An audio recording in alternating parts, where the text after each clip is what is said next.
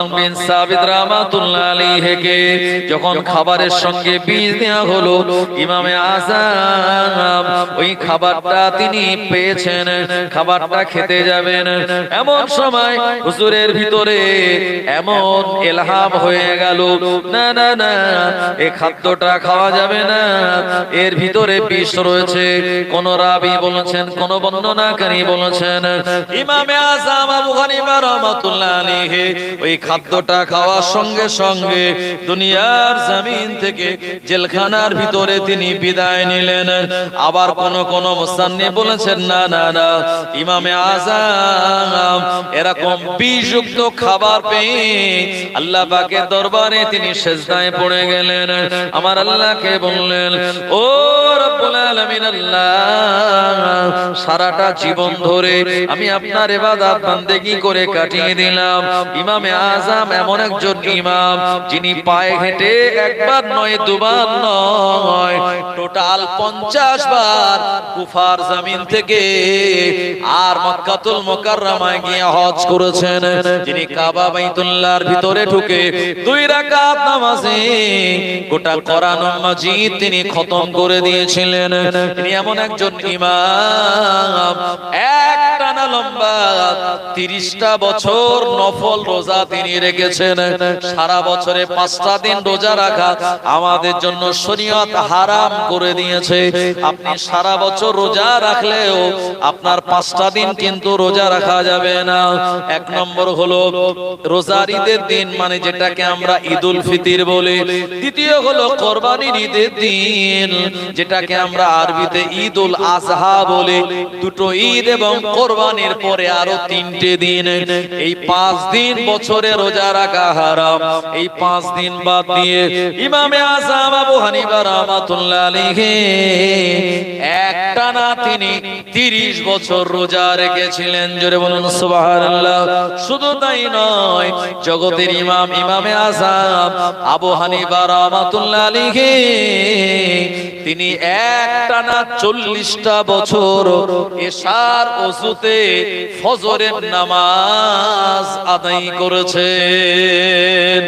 আরো জোরে বলেন, একটানা 40 বছর, 4 বছর নাই, 40 বছর এশার ওযুতে ফজরের নামাজ পড়েছেন। তার মানে ঘুমালে কি ওযু থাকে? নষ্ট হয়। তাই 40টা বছর তিনি ঘুমাননি। তিনি হায়াত পেয়েছিলেন টোটাল 70 বছর। 70 বছর জিন্দেগিতে 40 বছর রাতের বেলা ঘুমায়নি। সুবহানাল্লাহ। এমন একজন ইমাম, তিনি এই বিষযুক্ত খাবার পেয়ে বুঝেছেন যে এই খাবারে বিষ আছে। উনি সিজদায় পড়ে আল্লাহকে বলছেন, ও রব্বুল আলামিন আল্লাহ, ও আমার আল্লাহ, আমি ইন্তেকালের আগে আপনার দিদার পেতে চাই। আল্লাহ, আমি বিষযুক্ত খাবার খেতে চাই না, কারণ প্রতিটা বিষযুক্ত খাবার এটা যন্ত্রণার কারণ হয়। ইমামে আযম আবু হানিফা রাহমাতুল্লাহ আলাইহি যখন সিজদায়, আল্লাহ পাক দেরি না করে মালাকুল মাউতকে বললেন, ও মালাকুল মাউত আজরাইল, চলে যাও। আমার প্রিয় বান্দা আল্লাহর নবীর যিনি তাবি ছিলেন ইমামে আযম আবু হানিফা রাহমাতুল্লাহ আলাইহির 150 হিজরিতে দুনিয়ার জমিন থেকে রাতের বেলা তাহাজ্জুদের ওয়াক্তে দুনিয়া থেকে তিনি বিদায় নিয়েছিলেন। সবাই বলুন ইন্না লিল্লাহি ওয়া ইন্না ইলাইহি রাজিউন। এই দোয়াটা মানুষ মারা গেলে পড়বেন, কিছু হারিয়ে গেলে পড়বেন, আপনার বিপদ আপদ আসলে পড়বেন, কোন সমস্যায় পড়লে আপনি পড়বেন। এই দোয়াটার মানে কি? ইন্না লিল্লাহ। ইন্না মানে নিশ্চয়ই আল্লাহ তাআলা, নিশ্চয়ই আমরা আল্লাহর জন্য। ও ইন্না ইলাইহি রাজিউন, এবং নিশ্চয়ই আমরা সবাই আল্লাহ পাকের কাছে ফিরে যাব। যেতে হবে কি হবে না? হ্যাঁ, এই দুনিয়াতে কেউ থাকবো না বাবু, সবাই চলে যাব আমরা। আমি খবর নিচ্ছিলাম, নাসির ভাইয়ের আব্বা, হ্যাঁ, কি নাম বলছিল, যে শহীদ মন্ডল, আব্দুল শহীদ মন্ডল বলছিল যে 45-46 বছর বয়সে দুনিয়া থেকে ইন্তেকাল করেছে। আসলে অল্প বয়সে তিনি চলে গিয়েছেন না, এ পর্যন্তই তানার হায়াত আল্লাহ তাআলার পক্ষ থেকে সীমাবদ্ধ ছিল। আল্লাহ বলেছেন ওমা কানা লিনাফসিন আনতা মুতা ইল্লা বিইজনিল্লাহি কিতাবাম মুআজ্জাল। আল্লাহ বলছেন যে আমার হুকুম ছাড়া কেউ মরতে পারে না। ওমা কানা লিনাফসিন, প্রতিটা নফস, ইল্লা বিইজনিল্লাহ, আল্লাহর হুকুম ছাড়া তারা মরতে পারে না। তার জন্য কিতাবাম মুআজ্জাল, একটা নির্ধারিত সময় আল্লাহ পাক নির্ধারণ করে রেখে দিয়েছেন। দুনিয়াতে আবার অনেকে লম্বা সময় ধরে বেঁচেছেন। প্রিয় নবীর একজন সাহাবী, আপনারা নাম শুনেছেন এই সাহাবীর, এই সাহাবীর নাম হলো হযরতে আনাস বিন মালিক রাদিয়াল্লাহু আনহু। কি নাম বললাম? আনাস বিন মালিক রাদিয়াল্লাহু আনহু, যিনি রাসূলের কাছে মাত্র 10 বছর বয়সে গিয়েছিলেন। ওনার মায়ের নাম হলো উম্মে সুলাইম। তারিখে হাদিসে আমি দেখছিলাম ওনার মায়ের নাম হলো উম্মে সুলাইম। উনি 10 বছর বয়সে নবীজির কাছে ওনার আম্মা গিয়ে দিয়ে এসেছিলেন। আর একটানা আনাস বিন মালিক তিনি 10 বছর নবীজির খেদমত করেছেন। সুবহানাল্লাহ বলেন। খেদমত মানে কি? রাসূলের ওযুর পানি তুলে দেওয়া, তানার মিসওয়াক এগিয়ে দেওয়া, তানার যাবতীয় ফরমাইশ শোনা, এটাকে খেদমত বলে। আর খেদমতে তো খোদা মেলে, কথা ঠিক কি না? বশিরাত আল্লামা দাদা হুজুরের খেদমত এমনি করেননি, কারণ সেখান থেকে ইলমে তাসাউফ অর্জন করার জন্য মুজাদ্দিদে জামান কলকাতার মানিকতলার সুফি ফাতে আলী ওয়াইসি রাহমাতুল্লাহ আলাইহির তিনি মুরিদ হয়ে তানার খেদমত এমনি করেননি, তানার কাছ থেকে ইলমে তাসাউফ পাওয়ার জন্য, কথা ঠিক কি না? হাক্কানি ওলিদের এই সোহবত যারা পেয়েছে, ইলমে বাতিনি তাদের ভিতরে এসেছে। আপনারা শুনেছেন শামস তিবরিজি বলে একজন আল্লাহর ওলি ছিলেন, আর একজন ও জামানার একজন বড় মাপের আলেম যার নাম হলো আল্লামা জালালউদ্দিন রুমি রাহমাতুল্লাহ আলাইহি। নাম শুনেছেন? জালালউদ্দিন রুমি রাহমাতুল্লাহ আলাইহি, শামস তিবরিজি রাহমাতুল্লাহ আলাইহি, দুজন একই জামানার মানুষ। শামস তিবরিজি উনি হলেন আল্লাহর মারেফাতের পাগল বান্দা, ওলি বান্দা। বাবু ভাইরা একটু আগিয়ে আসেন, আমার ভাইজানের একটু আগিয়ে আসেন তো, যারা ওই পিছনে আসছে বসতে অসুবিধা হচ্ছে, একটু আগে আসুন, একটু দুরূদ শরীফ পড়েন। আল্লাহুম্মা সাল্লি আলা, একটু আগে আসেন।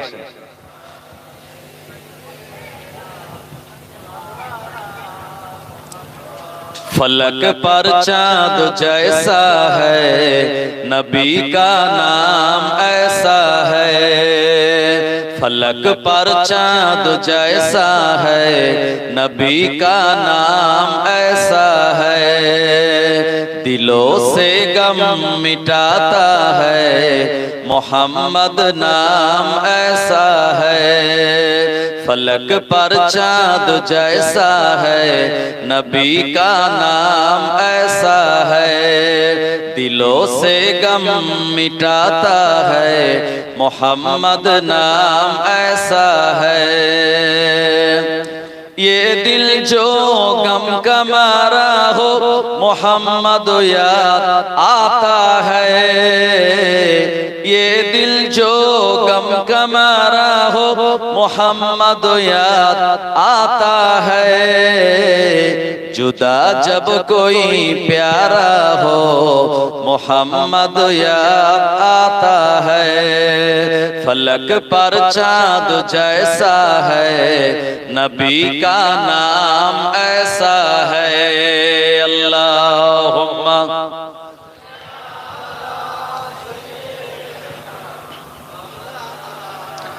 व अला आले सय्यिदिना। আমার ভাইজানেরা, যে কথা বলতেছিলাম, তো জালালউদ্দিন রুমি রাহমাতুল্লাহ আলাইহি বিরাট বড় মাপের কিতাবী আলেম, আর শামস তিবরিজি যিনি হলেন মারেফাতের একজন বিরাট বড় আল্লাহর ওলি। একদিন গিয়ে দেখছে ওই জালালউদ্দিন রুমি ওনার মানে ঘরে লাইব্রেরি রুমে উনি কিতাব মোতালা করছেন, আর শামস তিবরিজি ওনার ঘরে ঢুকে আসসালামু আলাইকুম বলেছেন, উনি বলেছেন ওয়া আলাইকুম আসসালাম বলে ওই শামস তিবরিজি কি করেছেন, একটু দাঁড়িয়ে আছেন, কিন্তু আল্লামা জালালউদ্দিন রুমি ওনাকে বসার জন্য কোনো জায়গাও দেননি বা বসতেও বলেননি। এতে করে শামস তিবরিজি রাহমাতুল্লাহ আলাইহি উনি বুঝেছেন আল্লামা জালালউদ্দিন রুমির ভিতরে অহংকার আছে। কারণ সব জিনিসের গরম আছে না নেই? টাকা থাকলে টাকার একটা গরম আছে, হ্যাঁ? যদি আপনার জ্ঞান থাকে জ্ঞানের গরম আছে, টাকা আপনার যদি বড় লম্বা বাড়ি থাকে তাহলে সেই বাড়ির গরম আছে, যদি জমি জায়গা অনেক থাকে তার একটা গরম আছে, হ্যাঁ? তো ইলমের গরম আছে।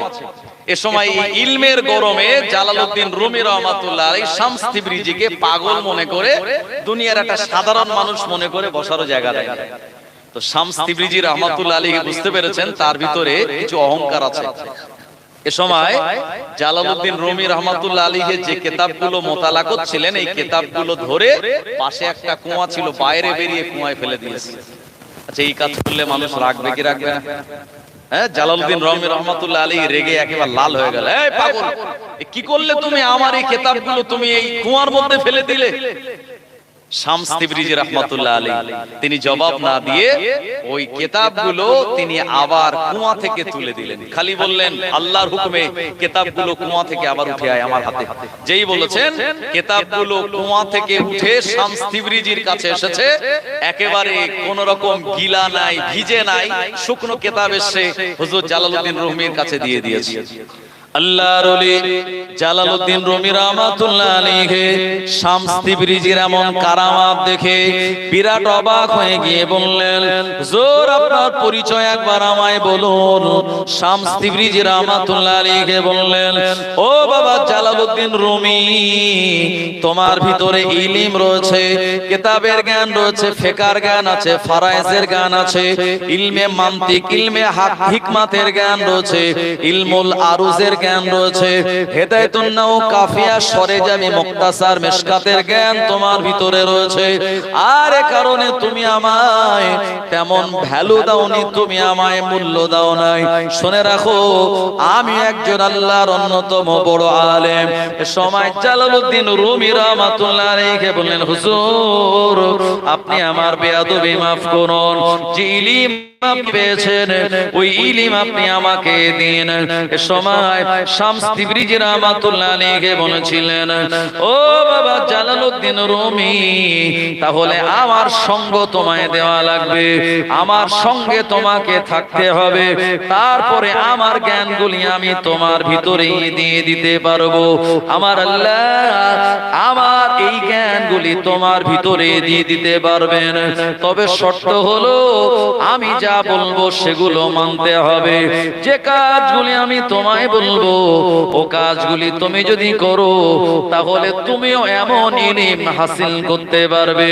আল্লাহর নেক বান্দা জালালউদ্দিন রুমি রাহমাতুল্লাহ আলাইহি বিরাট বড় একজন আলেম হওয়ার পর শামস তিবরিজি রাহমাতুল্লাহ আলাইহির কথা মেনে নিয়ে বললেন, হুজুর অবশ্যই আপনার সঙ্গে থেকে আমি আপনার খেদমত করব, আপনার কথার বিপরীতে আমি যাব না। সুবহানাল্লাহ বলেন। মুসা আলাইহিস সালাম বক্তব্য দিচ্ছিলেন একটা জায়গায়, একজন লোক পিছন দিক দিয়ে বলছে, ও নবী মুসা কালিমুল্লাহ, এ জামানার সবথেকে জ্ঞানী লোক কে?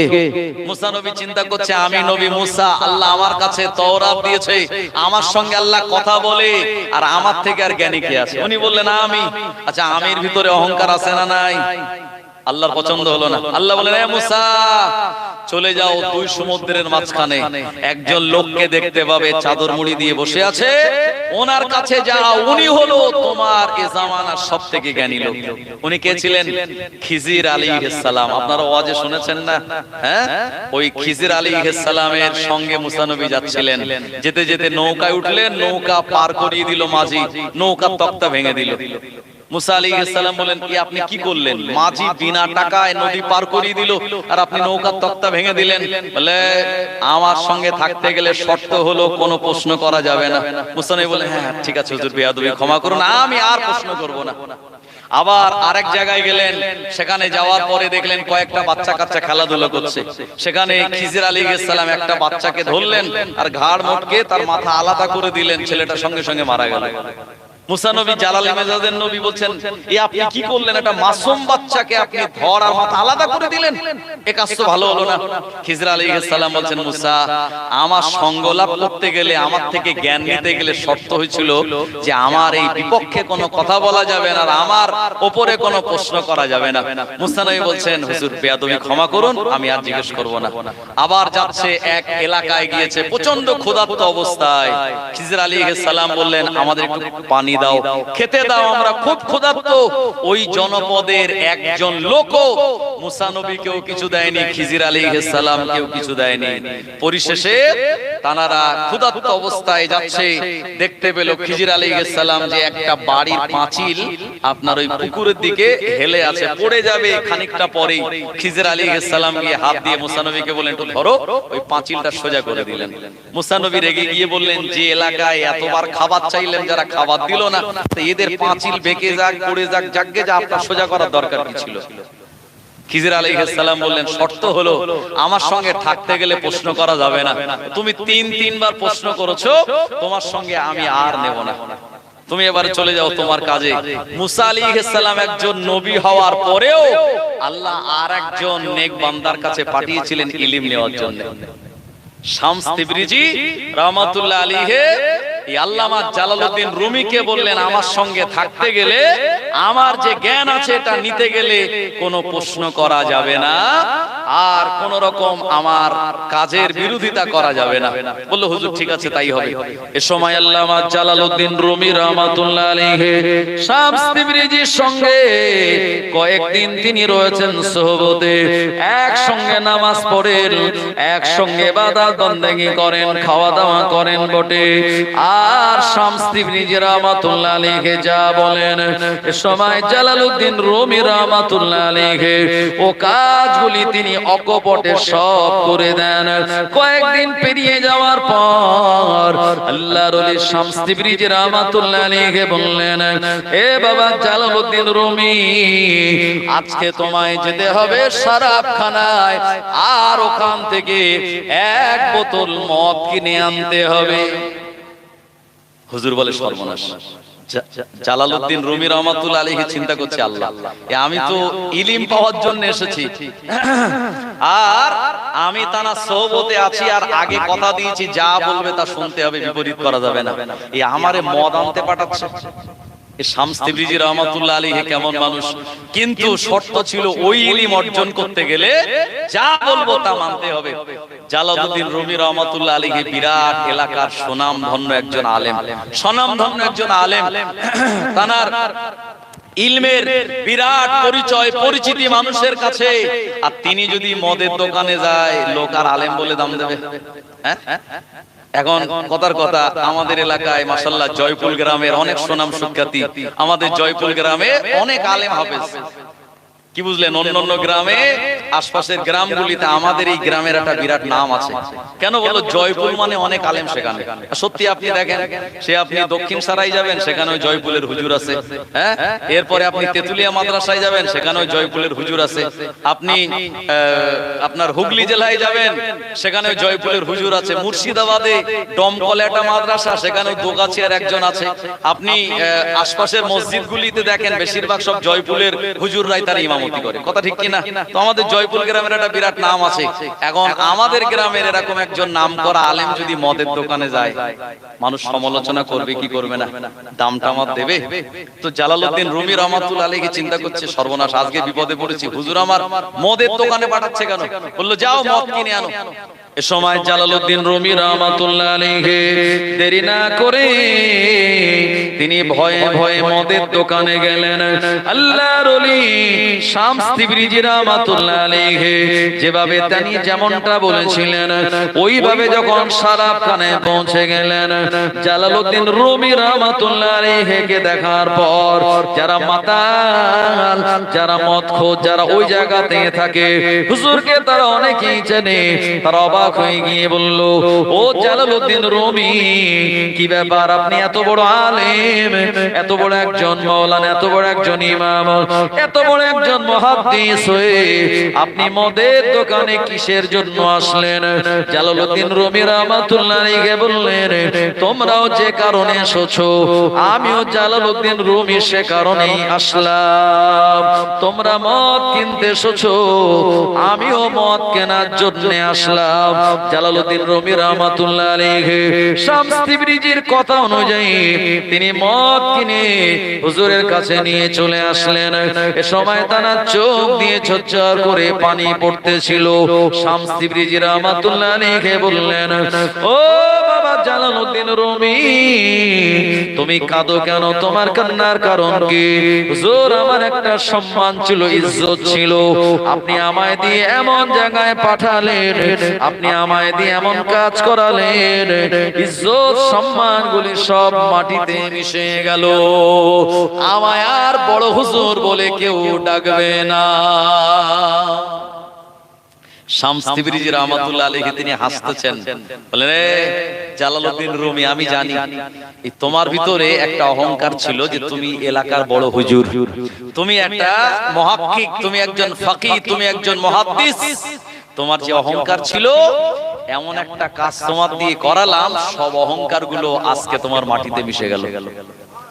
এই আজকে থেকেই ওই ইলমে তাসাউফের জ্ঞান তোমার ভিতরে দেওয়া আমি শুরু করব, যাতে করে তুমি এলাকায় যাবে, মানুষ তোমাকে দেখে ঘৃণা করবে, খুব একটা ভালো বলবে না, তুমি মদ টদ খাও।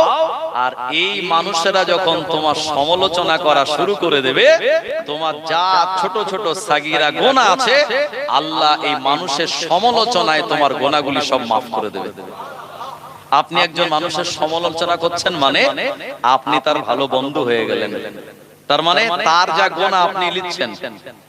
আমি যদি কারো সমালোচনা করি, লোকটা এই সেই হ্যান ত্যান এটা সেটা, আর যার বিরুদ্ধে যে কথাগুলি বলবো যদি সেটা সত্য হয়, তাও আল্লাহ বললেন, ওয়াইলুল্লি কুল্লি হুমাযাতিল লুমাযা, যারা মানুষের সামনে পিছনে সমালোচনা করে তারা ধ্বংস, আল্লাযী জামা মালা ওয়া আদ্দাদা, আর যারা টাকা পয়সাগুলো জমিয়ে জমিয়ে গুনে গুনে রেখে দেয় তারা ধ্বংস। সুতরাং এই তোমার যে সমালোচনা করবে মানুষেরা, এতে তোমার গুনাহগুলি এমন ভাবে ক্ষমা হয়ে যাবে, তুমি একদম মাসুম হয়ে যাবে, আর তারপরে তোমার ভিতরে আমি ইলমগুলো দেব। জালালউদ্দিন রুমি রাহমাতুল্লাহ আলাইহি বুঝতে পারলেন যে হুজুর আমায় কেন মদের দোকানে পাঠিয়েছিল। মানুষ আমায় বড় হুজুর না বললেও আমার আল্লাহর কাছে আমার তাবকা এত বড় জায়গায় পৌঁছে গেল। জালালউদ্দিন রুমি রাহমাতুল্লাহ আলাইহি বলেন, শামস তিবরিজির হাতে হাত দেওয়ার মাত্র 1 মাস পরে প্রিয় নবীজির সঙ্গে আমার দিদার। আর একটু জোরে হবে না? বশিরের আল্লামা তিনি গিয়েছিলেন দাদা হুজুরের দরবারে এই নবীজির সঙ্গে দিদার পাওয়ার জন্য। নবীজি এই দামান ধরেছিলেন আপনার কলকাতার সুফি ফাতেলে ওয়াইসি রাহমাতুল্লাহ আলাইহির নবীজির সঙ্গে কানেকশন করার জন্য। কারণ সুফি ফাতে আলী ওয়াইসি রাহমাতুল্লাহ আলাইহি এমন একজন আল্লাহর ওলি ছিলেন জানার সঙ্গে প্রতি রাতে নবীজির দিদার। এইজন্য তানাকে বলা হয় রাসূলে নোমা। নোমা শব্দটা হলো ফারসি শব্দ, যার অর্থ হলো ঘন ঘন সাক্ষাৎ হওয়া। নবীজির সঙ্গে ঘন ঘন সাক্ষাৎ হতো, এইজন্য তানার নাম হলো রাসূলে নোমা। আমার ভাইজানেরা, তো মুজাদ্দিদুল জামান এই সুফি ফাতে আলী ওয়াইসি রাহমাতুল্লাহ আলাইহির তিনি খেদমত করতেন। ওজুর লোটা এগিয়ে দিতেন, হুজুরের মুখ মোছার জন্য গামছা এগিয়ে দিতেন, হুজুরের জুতোটা উল্টো হয়ে থাকলে সেটা সোজা করে দিতেন, হুজুরের গোসলের পর তানা লুঙ্গি পর্যন্ত ধুয়েছেন, এমন দোয়া করেছেন সেই দোয়াটা আল্লাহর আরশে পৌঁছে গিয়েছে। আমার ভাইজানেরা, এইজন্য আমরা ইমাম মানা মানুষ, কথা ঠিক কিনা? আমরা লা মাযহাবী নয়, খুব ভালো করে বুঝুন। যারা এখানে হাত বাঁধে তারা কিন্তু লা মাযহাবী, মানে কোন ইমামই মানে না। তারা বলে আমরা সহিহ হাদিস অনুসরণ করি। ঠিক আছে, তাদের জায়গা তাদের থাক, কিন্তু মনে রাখুন ইমাম যদি মাযহাব মানে হলো রাস্তা বা পথ, এই মাযহাব যেটা আমরা মানি এমন একজন ইমামকে ধরে মানি যিনি হলেন একজন তাবি, যে তাবি হলেন নোমান বিন সাবিত, যিনি ৮০ হিজরিতে জন্মগ্রহণ করেছিলেন, ১৫০ হিজরিতে দুনিয়া থেকে বিদায় নিয়েছিলেন। জানার সঙ্গে নবীর সাহাবী আনাস বিন মালিক রাদিয়াল্লাহু আনহুর সঙ্গে দিদার হয়েছিল। যে আনাস বিন মালিকের নাম বলছিলাম, কোন আনাস? জানার মায়ের নাম হলো উম্মে সুলাইম। 10 বছর বয়সে ছেলেকে দিয়ে গেছে, হুজুর আমার এই ছেলেটাকে রেখে গেলাম, আপনি একটু আমার ছেলেটাকে একটু খেদমত নেবেন আর আপনার জ্ঞানগুলি আমার ছেলের ভিতরে দেবেন, আমার আল্লাহর কাছে সেই দোয়া করবেন। প্রিয় নবী সাল্লাল্লাহু আলাইহি সাল্লাম আনাস বিন মালিককে নিজের কাছে রাখলেন এবং 10টা বছর আনাস বিন মালিক নবীর খেদমত করলেন। আল্লাহ নবী দিন ও দুনিয়ার বাদশা নবী পাক সাল্লাল্লাহু আলাইহি ওয়াসাল্লাম ইয়া আনাস বিন মালিকের জন্য দোয়া করে বলেছিলেন, আল্লাহুম্মা আকসির মালাহু ওয়া আবানাতুহু। ও রব্বুল আলামিন, আল্লাহ আনাস বিন মালিকের আল্লাহ টাকা পয়সায় আপনি বরকত দিন, আনাস বিন মালিকের সন্তানাদিতে আপনি বরকত দিন, আনাস বিন মালিকের হায়াতে জিন্দেগিতে আপনি বরকত দিন। আমার ভাইজানেরা, প্রিয় নবীর এই দোয়া আল্লাহ পাক তিনি কবুল করে নিয়ে নবীজির সাহাবী আনাস বিন মালিককে একটা দুটো বছর নয়, 103 বছর তানাকে লম্বা হায়াত আল্লাহ দিয়েছিলেন। 103 বছর আনাস বিন মালিক তিনি হায়াত পেলেন। শুধু তাই নয়, নবীজি আরেকটা দোয়া চেয়েছে, আল্লাহ তার সম্পদে মালুহু ওয়া আবনাউহু, আপনি তার সম্পদে আর সন্তানাদি দুটোতেই বরকত দিন। আনাস বিন মালিককে আল্লাহ এত টাকা দিয়েছিলেন, এত সম্পদ দিয়েছিলেন, আজও মদিনার অনেক বাগান, খেজুর বাগান আনাস বিন মালিকের। সুবহানাল্লাহ। আর একটা কথা শোনেন, শুনলে অবাক হবেন, এই আনাস বিন মালিকের কত সন্তানাদি ছিল জানেন? আনাস বিন মালিক রাদিয়াল্লাহু আনহুর টোটাল সন্তান ছিল 100 জন। সুবহানাল্লাহ বলেন। কোন সাহাবীর এত সন্তান ছিল না। আনাস বিন মালিকের 100 সন্তান হয়েছিল নবীজির দোয়ায়। আরো অবাক হবেন যে এই 100 সন্তানের ভিতরে মাত্র 2 জন কন্যা আর 98 জন পুত্র সন্তান। এত বড় বংশ আনাস বিন মালিকের ছিল। মদিনার আজও সেই আনাস বিন মালিকের উত্তরাধিকারী যারা আছে, মদিনার অসংখ্য বাগান সব তানাদের। রাসূলের দোয়া, এইজন্য দোয়া হলো বিরাট বড় জিনিস। দোয়া পেতে হবে, দোয়া নিতে হবে। যদি আপনি দোয়া পেতে চান পিতা মাতার, যদি দোয়া নিতে চান আলেম ওলামাদের, যদি দোয়া পেতে চান হাক্কানি পীর মাশায়েখ বুজুর্গানে দ্বীনদের, সুতরাং তানাদের সেই নিয়ম নীতি ফলো করতে হবে। আল্লাহ পাক আপনার তাকদীরকে বড় করে দেবেন। আমার ভাইজানেরা, ও নবীর উম্মত উম্মাদানিরা, ইমামে আযম আবু হানিফা রাহমাতুল্লাহ আলাইহিকে আমার আল্লাহ বিরাট জ্ঞান দিয়েছিলেন। সেই সঙ্গে সঙ্গে ফুরফুরা শরীফের মুজাদ্দিদ জামানের হাতে হাত দিয়ে যিনি আল্লাহর ওলি হয়েছিলেন, বশিরাত আল্লামাকেও আমার আল্লাহ বিরাট বড় জ্ঞানের ইলমের অধিকারী করেছিলেন। হুজুর আল্লামার জীবনীর ভিতরে লেখা রয়েছে, হুজুর আল্লামার একটা ফতোয়া মসলা এসেছিল ফুরফুরা শরীফের মুজাদ্দিদ জামানের কাছে। এই ফতোয়াটা হলো, একজন স্বামী, একজন মানুষ, একজন লোক বিদেশে যাবে, বাইরে যাবে, আর বাড়ি থেকে বার হওয়ার আগে তার বিবিকে বলে গেল, এ আমার বিবি, তুমি যদি আমার ভিটের থেকে তোমার বাপের ভিটায় পা দাও, তাহলে তোমার উপরে 3 তালাক। আমি বিদেশে যাচ্ছি, বাড়ি আসার আগে যদি তুমি তোমার পিতার ভিটায় মানে বাপের ভিটে পা দাও, তোমার উপরে 3 তালাক পড়ে যাবে। এমন কথা স্বামী বলে বিদেশে চলে গেল। এ বিবি ঘরের ভিতরে অবস্থান করে, এমন সময় কয়েকদিন পর সংবাদ পেল ওই মহিলার আব্বাজান অসুস্থ। আল্লাহর নবী বললেন, অসুস্থতার খবর শুনে তোমরা দেখতে যাবে। আল্লাহর নবী বললেন, ইয়াদাতুল মারিজ ফি মাখরাফাতিল জান্নাহ হাত্তা ইয়ারজিয়া আও কামা ক্বালা আলাইহিস সালাম। আল্লাহর নবী বললেন, যে ব্যক্তি অসুস্থ হয়ে যায় আর অপর মুসলমান ওযু বানিয়ে যদি তাকে দেখতে যাওয়ার জন্য বার হয়, সে রহমতের ভিতর দিয়ে চলতে থাকে।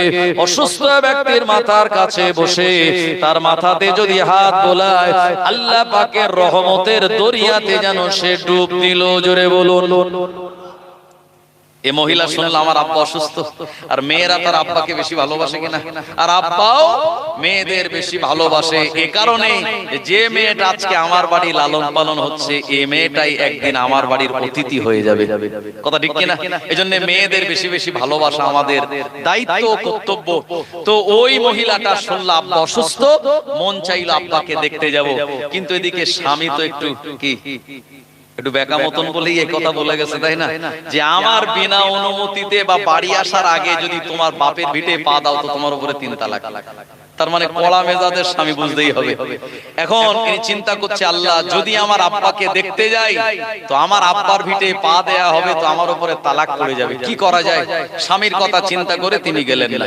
পরিশেষে দ্বিতীয় দিন আবার আওয়াজ আসলো, খবর আসলো, এ মহিলা তোমার আব্বা জান অসুস্থ, তাড়াতাড়ি তোমার আব্বাকে দেখতে যাও। যদি তুমি না যাও হয়তো তোমার আব্বা জানের জীবিত মুখটা দেখতে পাবে না।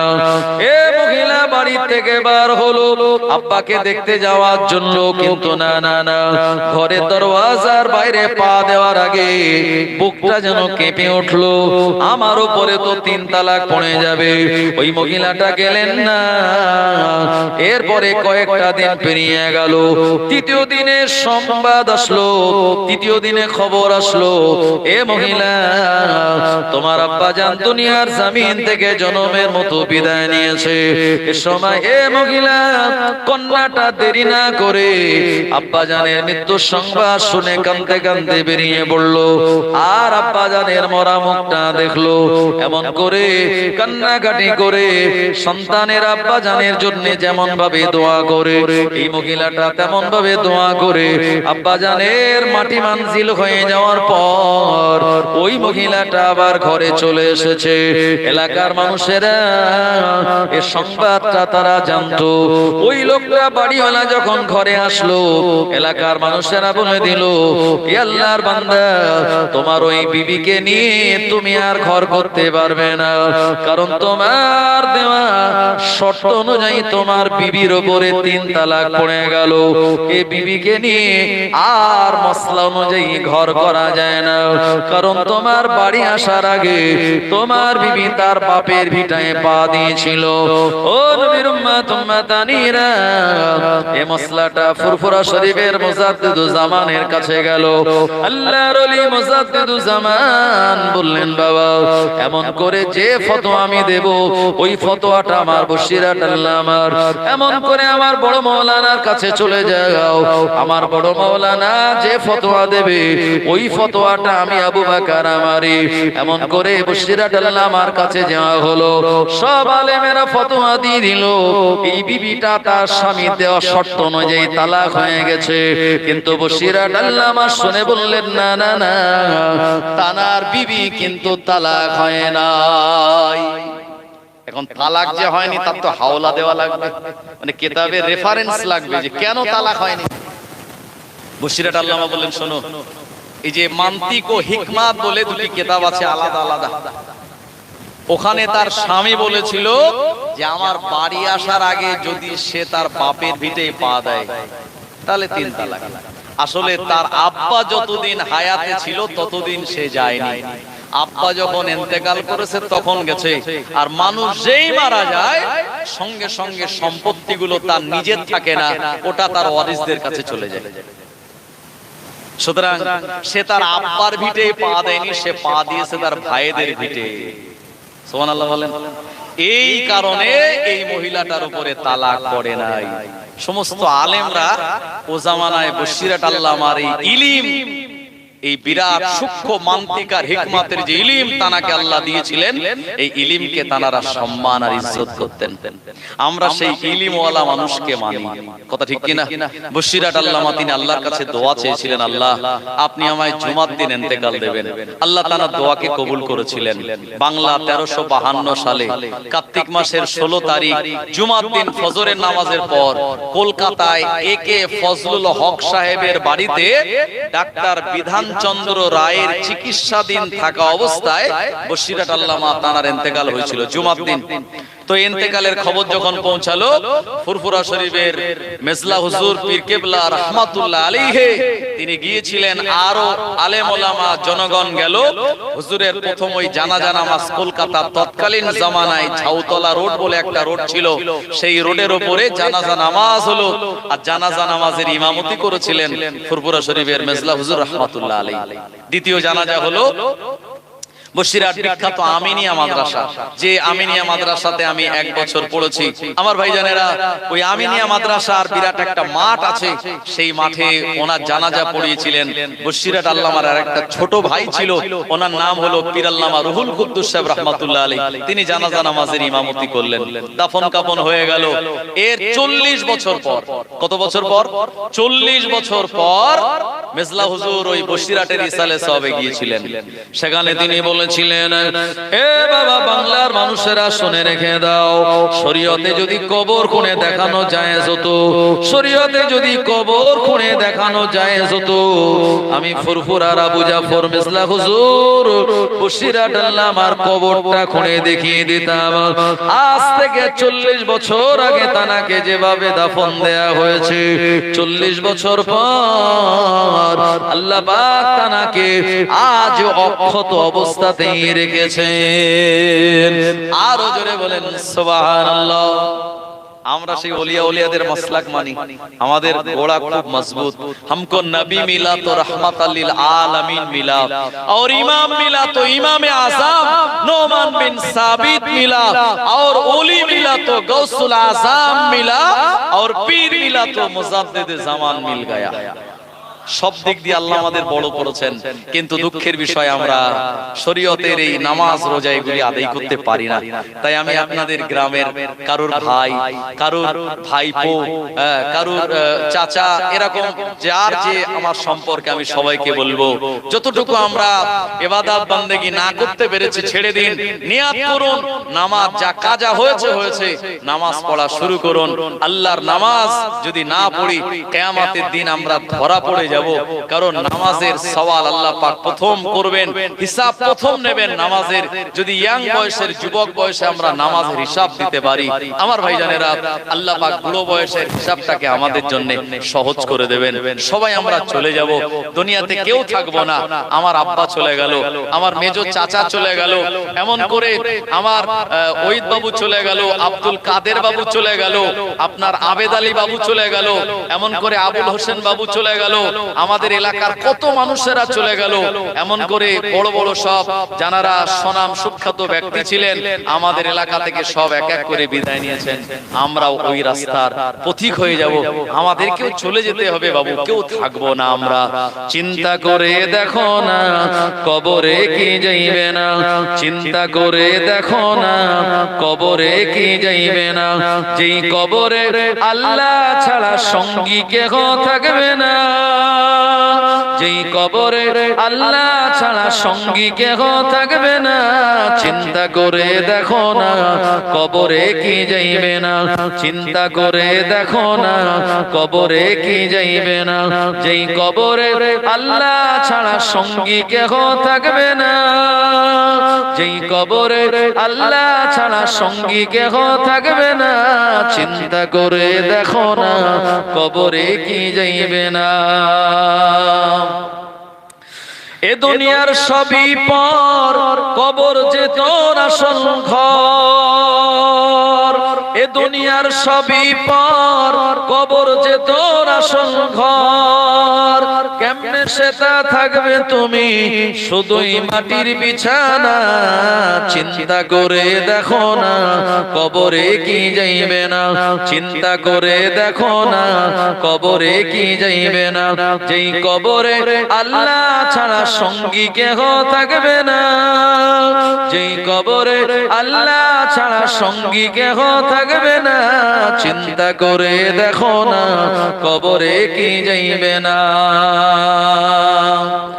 আজান কানে শুনিয়া কেমনে থাকো ঘুমায়া, আজান কানে শুনিয়া কেমনে থাকো ঘুমায়া, কবরের আযাবের কথা একটু স্মরণ করো না, চিন্তা করে দেখো না কবরে কি যাইবে না, যেই কবরে আল্লাহ ছাড়া সঙ্গী কেহ থাকবে না, যেই কবরে আল্লাহ ছাড়া বন্ধু কেহ থাকবে না, চিন্তা করে দেখো না কবরে কি যাইবে না।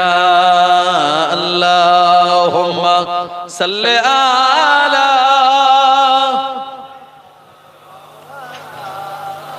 ওয়া আলা আলি সাইয়্যিদিনা। ও নবীর উম্মত উম্মতানিরা, আমার আল্লাহ পাক কোরআন মাজিদে শুনিয়ে দিলেন, আল্লাযী খলাকাল মাউতা ওয়াল হায়াতা লিয়াবলুয়াকুম আইয়ুকুম আহসানু আমালা। কোরআন মাজিদে সূরা মুলকের 2 নম্বর আয়াতে আল্লাহ বললেন, আল্লাযী খলাকাল মাউতা, যিনি সৃষ্টি করেছেন মৃত্যুকে, ওয়াল হায়াতা, এবং জীবনকে, লিয়াবলুয়াকুম আইয়ুকুম আহসানু আমালা, পরীক্ষার জন্য কে কত বেশি এই হায়াতে জিন্দেগি পেয়ে ভালো আমল করতে পারে। ও নবীর উম্মতেরা, যেদিন আমরা দুনিয়ার জমিনে এসেছিলাম ওই দিন আমাদের হাতটা মুঠো ছিল। বাচ্চারা যেদিন দুনিয়াতে ভূমিষ্ঠ হয় খুব ভালো করে দেখবেন তাদের হাতটা কিন্তু মুঠো বাঁধা থাকে, কারণ এসেছে দুনিয়ায়, রিজিক এনেছে, হায়াত এনেছে, এমন করে তার জীবনের পাওনা গন্ডা সব আল্লাহ পাক তাকে 2 হাতের মুঠোর ভিতরে দিয়ে পাঠিয়ে দিয়েছে। এ দুনিয়া থেকে যেদিন আমরা বিদায় নেব আমাদের হাতগুলি আর মুঠা থাকবে না, আমাদের সবার হাত কিন্তু খোলা থাকবে। তার মানে হলো আমরা দুনিয়াতে যা কিছু আল্লাহ দিয়েছিল সব ভোগ করার পর আমরা এবারে খালি হাতে বিদায় নিচ্ছি। সঙ্গে টাকা গেল না, সন্তান গেল না, ঘড়ি গেল না, চশমা গেল না, জমি গেল না, মোবাইল গেল না। ও নবীর উম্মতেরা, যাবে শুধুমাত্র আপনার ভালো আমাল। এজন্য আল্লাহ কোরআন মাজিদে সূরা কাহফের ভিতরে শুনিয়ে দিলেন, আল মাল ওয়াল বানুনা জিনাতুল হায়াতিদ দুনিয়া আল বাকিয়াতুস সালিহাত। এই দুনিয়ার জমিনে সন্তানাদি, টাকা পয়সা, এগুলি দুনিয়ার হলো জিনাত, এগুলো দুনিয়ার মোহগ্রস্ত। একমাত্র আমাদের সঙ্গে যাবে আমাদের ভালো আমাল। এ কারণে ভালো আমাল যারা করেছিলেন তাদের দেখে আমাদের শিক্ষা নিতে হবে, তাদের দেখানো রাস্তায় আমাদের চলা লাগবে। আল্লাহর ওলি ইমামে আযম আবু হানিফা রাহমাতুল্লাহ আলাইহি এত বড় আল্লাহর আবেদ বান্দা ছিলেন, যিনি সদা সর্বদা দান করতেন। তানার দান এত বিরাট দান ছিল, এই দানের কারণে তৎকালীন জামানার কুফার গরিব মানুষেরা তানারা বড় লোক হয়ে গিয়েছিলেন। আল্লাহ নবী বললেন, যারা আল্লাহ রাস্তায় টাকা দেয়, আল্লাহ রাস্তায় টাকা গুলি খরচ করে আমার আল্লাহ কমিয়ে দেন না, আমার আল্লাহ তানাদের রুজিতে বরকত দেয়। ইমামে আযম আবু হানিফা রাহমাতুল্লাহ আলাইহি তানার মনে মনে ইচ্ছা হলো, আল্লাহ আপনার কাবা বাইতুল্লাহর ভিতরে ঢুকে আমি 2 রাকাত নামাজ আদায় করব। কাবা বাইতুল্লাহর ভিতরে ঢুকে নামাজ আদায় করেছিলেন এই যে বাংলাদেশের দেলোয়ার হোসেন সাইদি হুজুর, সুবহানাল্লাহ বলেন। জানার নাম রেখেছিলেন কিন্তু ফুরফুরা শরীফের মেজলা হুজুর। আপনাদের ইতিহাস জানা আছে কিনা আমি জানি না, আমি বলছি এই দেলোয়ার হোসেন সাইদি সাহেবের আব্বার নাম হলো ইউসুফ সাইদি, যিনি দাদা হুজুরের খলিফা ছিলেন। আমার ভাইজানেরা, তো মেজলা হুজুর যখন বাংলাদেশে ভ্রমণ করেছেন যুবক বয়সে, আর মেজলা হুজুর ইন্তেকাল করেছেন 2002 সালে, 105 বছর লম্বা হায়াত পেয়েছিলেন। জি, তো দেলোয়ার হোসেন সাইদি তখন ছোট সবে হয়েছে। তো হুজুরের এই আগমন দেখে ওনার আব্বা ইউসুফ সাইদি বলেন, হুজুর আপনি আমার পীরের বেটা এসেছেন, আমার একটা বেটা হয়েছে, আপনার একটু কোলে দেব আর আপনি তার জন্য একটু দোয়া করবেন। ফুরফুরা শরীফের মেজলা হুজুর এই দেলোয়ার হোসেন সাইদিকে কোলে নিলেন আর দোয়া করলেন আর নাম রাখলেন যে নাম রাখো দেলোয়ার হোসাইন। আমার ভাইজানেরা, এটা মেজলা হুজুরের দেওয়া নাম। সেই হুজুরকে 13 বছর জেলখানার ভিতরে রেখেছিল, কথা ঠিক কিনা? আমার ভাইজানেরা, আল্লাহ সহ্য করে গদি উল্টে গিয়েছে, এখন আমাদের বর্তমানে ইন্ডিয়া এসে আশ্রয় নিয়েছে। আমার ভাইজানেরা, যে কথা আমি আপনাদের বলতেছিলাম, এই 2 রাকাত নামাজ তিনি ওই কাবা বাইতুল্লাহর ভিতরে ঢুকে পড়েছিলেন। ইমামে আজম চেষ্টা করলেন, আমি 2 রাকাত নামাজ কাবা বাইতুল্লাহর ভিতরে ঢুকে পড়বো, কিন্তু এর জন্য কি কোয়ালিফিকেশন লাগবে, কি যোগ্যতা লাগবে উনি সন্ধান নিলেন। বলা হলো, হয় বড় ইমাম হতে হবে, আর তা না হলে বড় দাতা হতে হবে। হুজুর তো নিজেই বড় ইমাম, তো নিজের নাম কেউ নিজে বলে? উনি বললেন, আমি তো বড় ইমাম নয়, আমি দাতা। উনি আর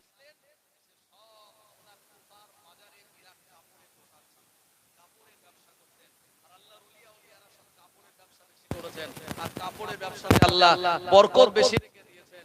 আমার ভাইজানেরা, ওই কাপড়ের ব্যবসা করে যে টাকা টানা লাভ হয়েছিল, সমস্ত টাকাগুলি কুফার সাধারণ গরিব লোককে দান করে দিলেন। আর এই দান এত ভাইরাল হলো, সৌদি পর্যন্ত খবর গেল। নোমান বিন সাবিত এই বছরে এত দান করেছে যে কুফায় একটাও গরিব লোক নেই। সুবহানাল্লাহ। হুজুর যাওয়ার আগে উনি অ্যাপার্টমেন্ট হাতে পেয়েছেন যে কাবা বাইতুল্লাহর ভিতরে ঢুকে এবছর নামাজ পড়ার সুযোগ মিলেছে তানার 2 রাকাত।